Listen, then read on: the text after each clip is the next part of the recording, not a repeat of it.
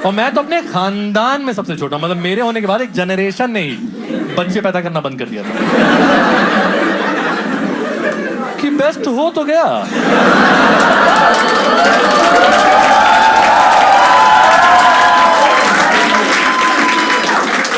अब क्या फायदा।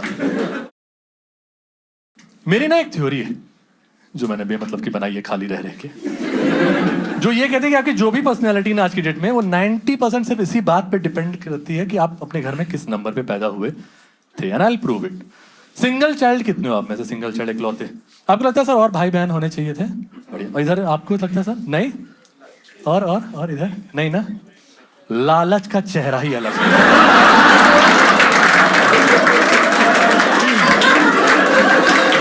होते हैं ये लालची होते हैं। और एल्डेस्ट कितने हैं सबसे बड़े घर के? आप लोग का तो लग रहा था वैसे आपका। अरे सर आपका तो है। जो बड़े होते हैं ना घर के, आप देख लेना थोड़े से बड़े वाले होते हैं बचपन से फर्जी की अथॉरिटी लिए घूम रहे हैं कि हम बताएंगे दुनिया को जिंदगी कैसे जीनी है। गोलू तुम मेरी प्लेट लेके आओ, बुल्ली तुम पानी। पापा आप कहाँ जा रहे हैं? बाप को डांट डांट के काम पकड़ा देते हैं यार। मैंने देखा कितना ही खूंखार बापू बड़े वाले के सामने सॉफ्ट जाते कि नहीं बाहर नहीं जा रहे। बापों का दबदबा छोटों के सामने चलता, बड़े सामने नहीं ऐसे वो धूप आई थी ऐसे कर। चलिए अंदर हाथ बटाइए मम्मी का। एक तो ना थोड़ा सा इनको ना बस तो, अरे बस यार बहुत टाइम नहीं मेरे पास। थोड़ा सा ना फालतू का अटेंशन भी ज्यादा मिलता है जो बड़े होते हैं ना घर के, कि पहली औलाद है ना, माँ बाप पूरा इन्वॉल्व होते हैं छोटे छोटे से फिद्दी से। पापा मम्मी आके बेटा हम लोग फ्रिज लेने जा रहे थे, आप बताओ कौन सा लें? कैडबरी का ले लो पापा। ये चिराग है हमारे घर के।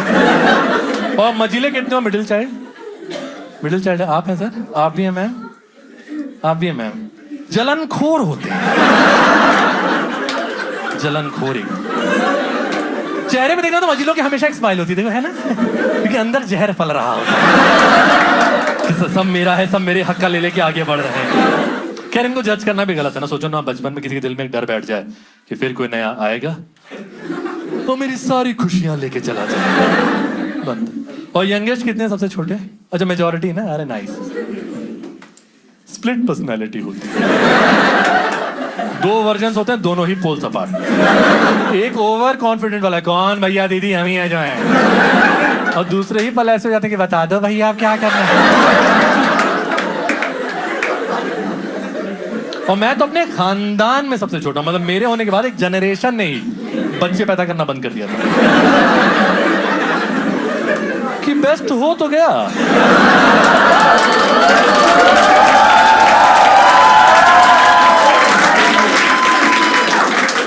अब क्या फायदा। या फिर ये हुआ कि अगर अब ऐसे होने लगे हैं तो रुक जाते आगे जानवर निकलना ना शुरू हो जाए। बुआ के घर कुत्ता कैसे पैदा हो गया? तो गोलू के बाद कुछ दो पैर का पैदा ही नहीं हो रहा है घर में। 4 भाई हम लोग टोटल, कल्लू मल्लू बुल्ली गोलू। कल्लू मल्लू बुल्ली गोलू बहुत अच्छे नाम है क्योंकि एक तो घर के, और इससे अजीब घर के नाम मैं सुन चुका हूं। मेरा एक कजिन है, उसके घर का नाम है भैया। फरवरी में शादी हुई है उसकी, भाभी भी उसे भैया ही बुलाती है। प्लस यार नाम वाम सिंपल ही होना चाहिए, खास करके लड़कों का मेरे को लगता है, क्योंकि लड़कों को ना लड़कों के बीच रहना पड़ता है बहुत ज्यादा हॉस्टल वगैरह में। जितना यूनिक नाम देंगे ना बेचारे को उतना घिनौना निकनेम मिले। और चला है आजकल पेरेंट्स मेरे शहरों में मैं देख रहा हूँ कि ऐसा नाम रख तो बच्चा 10वीं तक खुद ही ना बोल पाए। कुछ अलग सुनिएगा ना, अलग निकले। क्या नाम रखें लड़के का? तो कड़कर डूमा। मत करो यार, बहुत तकलीफमय जिंदगी हो जाती है। हमारे साथ एक लड़का था हॉस्टल में, भुवनेश। कितना प्यारा नाम है ना भुवनेश। फिर भी वो आदमी 2nd ईयर तक भो हो चुका था। हमारे हॉस्टल से 1-on-1 फाइट होती थी, 2 लोग लड़ते थे, दोस्त सिर्फ मॉरल सपोर्ट करते थे। हमारा दोस्त भो एक दिन कुत्ते की तरह पिट रहा था, हम लोग पीछे सपोर्ट करने के लिए भो। सामने वाला ऐसे छोड़ के भाग गई, पागल है यार ये। काट वाट भी लेंगे। एक था ताड़केश्वर, 6 फीट लंबा दुबला पतला, उसका नाम टेस्ट ट्यूब बेबी रखे। उसके पापा हॉस्टल रिसीव करने कह रहे बच्चों ताड़केश्वर कहाँ मिलेगा? बच्चे कह रहे कौन अंकल? वो टेस्ट ट्यूब बेबी। अंकल की मासूमियत देख के कह रहे नहीं बेटा हमारा नॉर्मल डिलीवरी वाला है।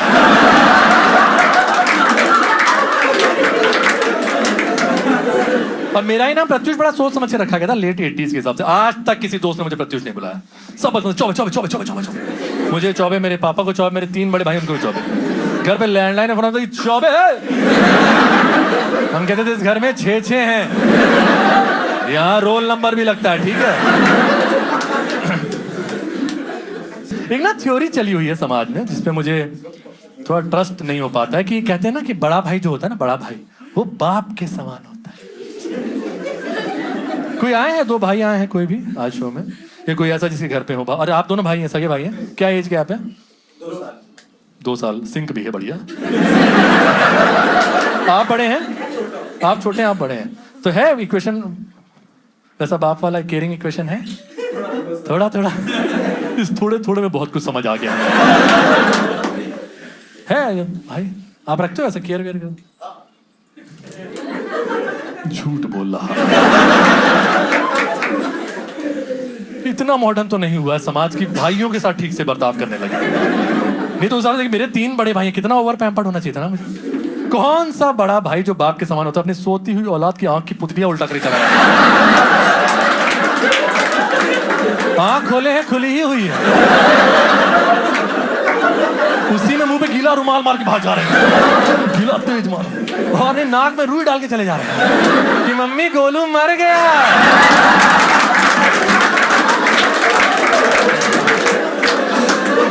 कितना ओवर पैम्पर्ड होना चाहिए था मुझे। 3 बड़े भाई मेरे, कल्लू मल्लू बुली। इतना एक्चुअल में ओवर पैम्पर्ड था ना कि जब मैं इंजीनियरिंग करने गया ना, मुझे पहले 10 दिन समझ ही नहीं आया कि मेरी रैगिंग हो रही है। हम रैगिंग एंजॉय करते थे यार। सीनियर्स कह रहे मुर्गा बनो, एक टांग का मुर्गा बन गया, वो कंफ्यूज को मजा क्यों आ रहा है यार। मेरे साथ के लड़के गुस्सा करे रैगिंग बैन है यार, ये लोग कैसे ले सकते? तुमसे बड़े हैं वो, और कैसे प्यार जताएंगे, गले लगेंगे। जेंट्स लोगों में अच्छा लगता है ये सब। बड़ा भाई बाप के समान होता है। एक ना नौटंकी चलती है स्कूलों में, काफी लोगों ने यहाँ पार्ट लिया होगा, आई एम श्योर। तो आपने सुना भी होगा इसके बारे में, बहुत फैंसी ड्रेस कंपटीशन। कोई बताना चाहता जल्दी से? किसी ने लिया? आपने लिया था मैम? क्या बने थे मैम आप? अर्थ बन गए थे आप? गलत तो देखिए आपके साथ भी हुआ है, डिटेल में नहीं जाएंगे उसमें। 5 साल का था, मैंने लिया था 17 लोगों के साथ फैंसी ड्रेस कंपटीशन है पार्ट, 650 ऑडियंस के सामने। और मेरे भाई कल्लू मल्लू बुल्ली मुझे उसमें भिखारी बना के दिया। और इस बात का मुझे दुख नहीं है, मुझे दुख इस बात का कि 17 लोगों में वो कंपटीशन में जीत भी गया था।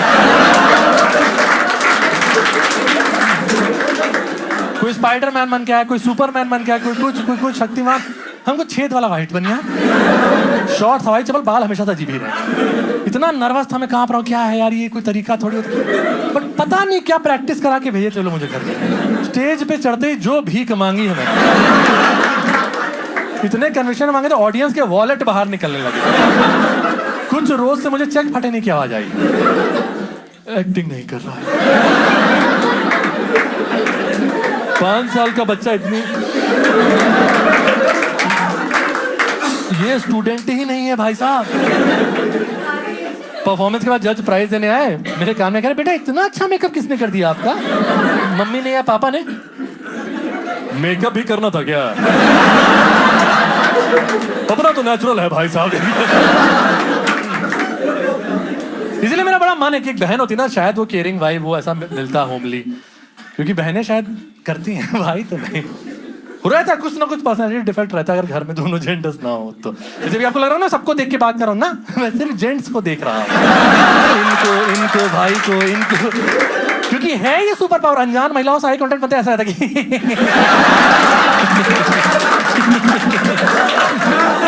ये घुटने थे तो गए कहाँ यार। ये तब हाल है मेरा ऑकवर्डनेस का जब मैं कोएड स्कूल का हूँ। मेरे क्लास में महिलाएं भी थी, एक से तो ब्याह हुआ है मेरा। मेरे 3 बड़े भाई कल्लू मल्लू बुल्ली, बॉयज स्कूल के, सबकी शादी हो चुकी है, बच्चे हो चुके हैं। आज भी घर की घंटी बजे सामने कोई अनजान महिला दिख जाए ना, इनको इनकी सांस अटक जाती है। रुकिए मिसेस को बुला के लाते हैं।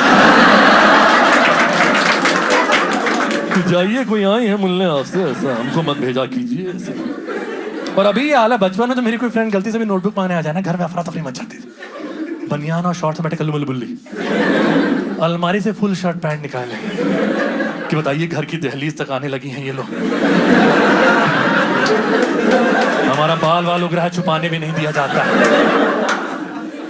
ऐसे 5th या 6th की बात है, गर्मी की छुट्टियों का टाइम था, मेरी फ्रेंड नोटबुक मांगने आई, तो मैंने उसे एज पर द रिचुअल दरवाजे से ही नोटबुक देके भेज दिया कि तुम जाओ, तुम यहीं से जाओ, इस घर की सबसे सेफ जगह ये दरवाजा ही, अंदर 3 गिद्ध बैठे हैं। देख रहे हो अय्याशी चल रहा है इनका, ऐसा क्या नोट्स है इन्हीं के पास।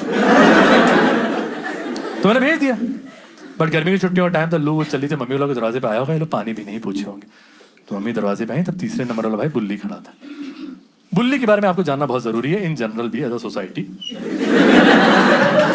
बुल्ली ना वो आदमी जो बचपन से ही आदमी ही बनना चाहता था। ये एक्चुअल में पैदा ही जेठ हुआ था थोड़ा सा, कि जेंट्स नर्स को भेजिए, चलिए हम नंगे पैदा हुए, शर्म नहीं आ रहा आपको।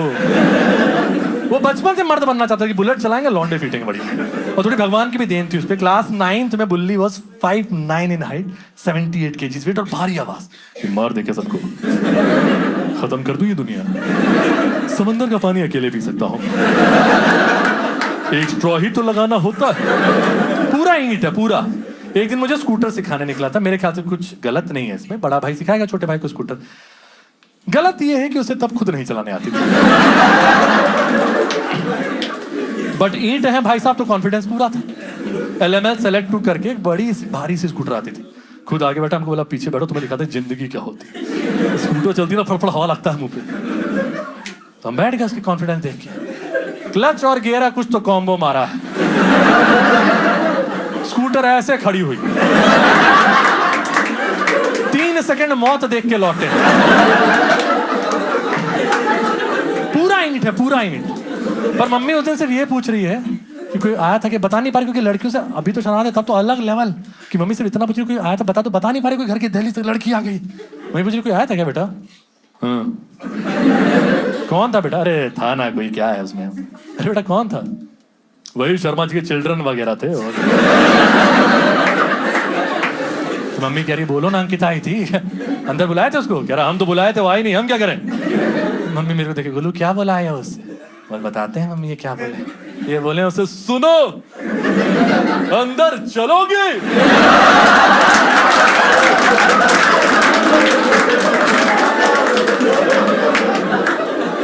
मम्मी कह रही बेटा ऐसे अपहरण होता है यहाँ, मेहमान कौन बुलाता है?